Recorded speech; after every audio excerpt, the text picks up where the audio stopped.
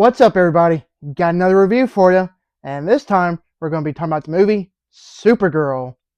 It is now the second film in the new DC universe that serves as a direct follow up to last year's Superman movie, which I honestly really enjoyed. If this new flick can be just as good as that movie was, then I think we may be in for a nice little surprise. Is it any good? Well, let's find out. The movie story follows when an unexpected and ruthless adversary strikes too close to home. Supergirl reluctantly joins forces with an unlikely companion for an interstellar journey of vengeance and justice. Will say that I actually enjoyed this movie. I wasn't expecting anything over the top, and I still managed to have a lot of fun regardless. First off, I will admit that I haven't read any of the comics or watched any movies or shows regarding Supergirl. I don't know why, but I just never got around to it. While I'm not totally familiar with the character, I thought this adaptation of Supergirl was pretty good for the most part. It doesn't go without saying that it does have its own fair share of issues, and of course I will get to those later. Right now, I want to talk about the great things the movie has going for it that all include the awesome action set pieces, cool looking special effects, energetically fun acting from everyone, and the colorful, dazzling cinematography. First things first, Milly Alcock absolutely shines in this movie as Kara Zor-El, who is in fact Superman's cousin. After what Clark Kent presumably claimed to be in last year's Superman movie, Milly Alcock claims the true title of being a punk rocker because she is absolutely badass, takes no crap from anyone, and sticks up for everything that she stands for. Milly's portrayal of Supergirl was simply amazing. Another performance that's worth talking about is Jason Momoa as Lobo, who is this immortal, cigar smoking alien mercenary.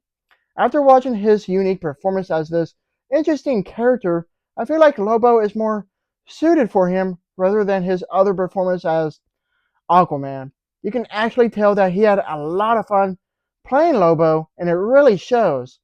With both Milly Alcock and Jason Momoa, their performances are definitely worth the price of admission. Being a comic book movie, the film's action set pieces were really awesome, and I had a total blast watching them. Watching Supergirl go on this fiery intergalactic revenge quest to save her dog Crypto was so exhilaratingly fun. As she showcases her powers, all the action scenes were super intense as each punch was landed. It was truly exciting while watching her kick butt and take names. As big the action scenes are in this movie, it was such a joy to see this movie on an IMAX screen because not only do you get a bigger size picture, but you also get to feel the intensity of the explosive action scenes. As far as the visuals go, I thought the special effects were pretty great, whether it be practical or CGI, as they all blended in perfectly to make this movie look as great as possible. When it comes to the movie's cinematography, it's really colorful and vibrant as it perfectly captures the comic book aesthetics of what a superhero movie should look like. Not only that, but with the color grading, the way lighting is used, along with the framing and composition, we do get a lot of fantastic looking shots throughout. To say that this is a great looking movie is quite the understatement because it truly is visually dazzling. If there's anything about the movie that bothered me the most, it would definitely have to be the writing. As far as the story goes, it's definitely lacking because it's pretty bare bones and nothing else to it. I'm sure I'm not the first to say this, but this movie is very derivative of the Guardians of the Galaxy movies. As far as the dialogue goes, it can be either a hit or a miss at times, but it's mostly the latter. Also, I wasn't the biggest fan of the film's villain, as he was super bland and very forgettable to say the least. While I'm not entirely familiar with the character of Lobo, I do know for a fact that this movie really waters down his character. I get that they want to make this movie appeal to a wider audience, but this movie does not do the character the justice he deserves. Other than that, I still had a fantastic time with this movie. As long as you don't go into this movie expecting anything groundbreaking, I'm sure that you'll still have ample amounts of enjoyment.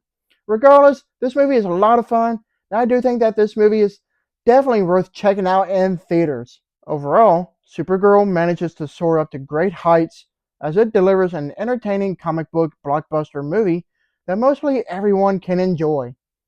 Sure, it's not a perfectly made movie by any means, but still there's a lot of fun to be had with it.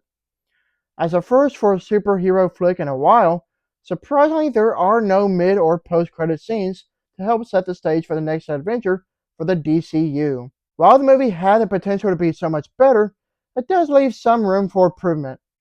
I'll give this movie a B minus.